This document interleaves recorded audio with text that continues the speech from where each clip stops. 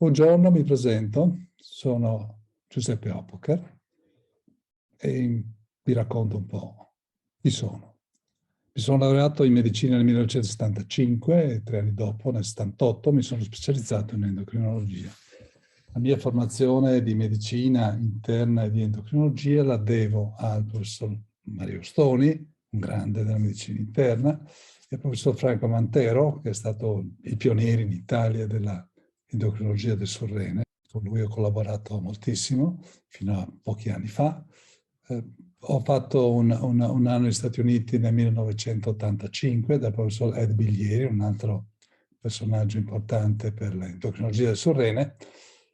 E poi negli ultimi anni ho molto collaborato con un tedesco, il professor Helmut Neumann, con cui abbiamo fatto delle belle e interessanti avventure soprattutto nella genetica del fecondicitoma, dove abbiamo ottenuto risultati piuttosto importanti. E anche grazie a loro che sono riuscito a pubblicare sulle migliori riviste americane come il JAMA, come il Journal Clinical Endocrinology and Metabolism, come Nature Genetics. E queste sono medaglie che posso mettermi al petto.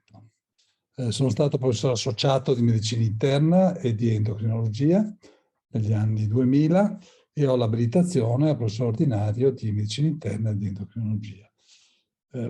Uno dei passaggi fondamentali della mia carriera è stato quando nel 2008 sono passato all'Istituto Oncologico Veneto, che è un istituto di ricovero e cura a carattere scientifico, dove ho dato vita ad una unità per i tumori ereditari, la prima in Italia che si occupava a tutto tondo anche dei tumori ereditari endocrini, quindi del fecondicitoma, paraganglioma, di alcune malattie con tumori endocrini, delle menne e così via.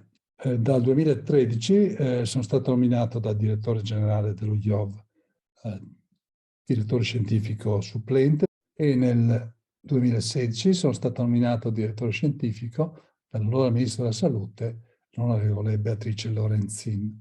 Ora ho terminato il mio mandato e sono andato in pensione per raggiunti i limiti di età. Però finalmente posso di nuovo dedicarmi all'attività clinica che durante il ruolo di direttore scientifico non potevo fare, per cui adesso ritorno ai miei amati pazienti.